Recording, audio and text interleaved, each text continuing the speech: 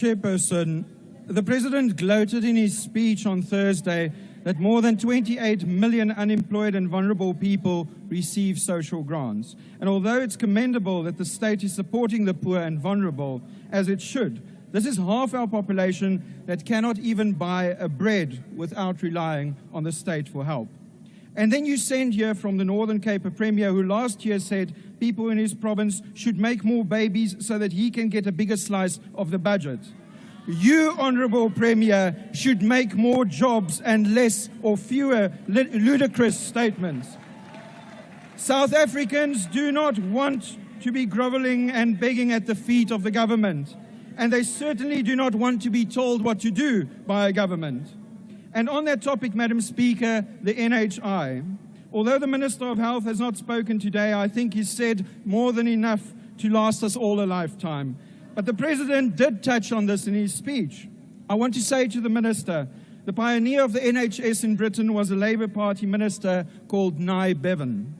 Minister, you think you are another Nye Bevan, but you're only halfway there, because this idea is half-baked. This is why you lost 4% and more in the poll directly after you signed it into law, Mr. President. The South Africans want to be free to choose, free from government interference. Mr. President, yes, they want a basic standard of living, and the DA wants this to happen. But South Africans do not want to pay for it with their freedom, to become forever at the mercy of a big government. As far as Deputy Minister Zikalala is concerned, you tried so hard, but you came up short. Demotions to the rank of deputy are always painful, but it's been 6 months. Get over it, man. And see it as a learning curve. If you watch carefully what Minister McPherson is doing, you might one day be a good Minister of Public Works yourself.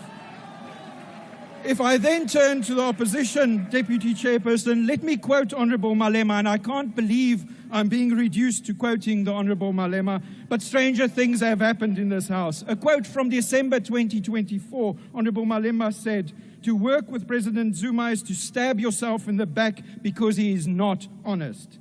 In this rare moment of enlightenment, the Honourable Member has stated clearly what we've been saying for years. Because listening to the MK speakers, I should think that it was hardly possible to state the opposite of the truth with more precision. Puppeteered by the very man who benefited from the arms deal and saw the initial decline of the Defence Force and presided over its gradual further decline, how hypocritical is it that you can come and pretend that you're on the side of our soldiers? The same man oversaw state capture and then appointed the first ever impeached judge with a history of poor judgment in law to come and preach justice for all.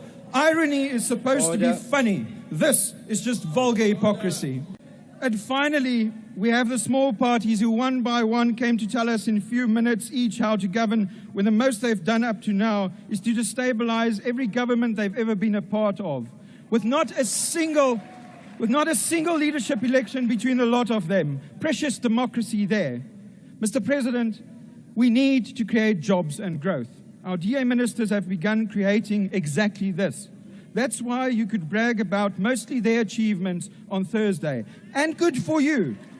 Now, the rest of the cabinet must come on board, and urgently, so the entire government can take this country forward. I thank you.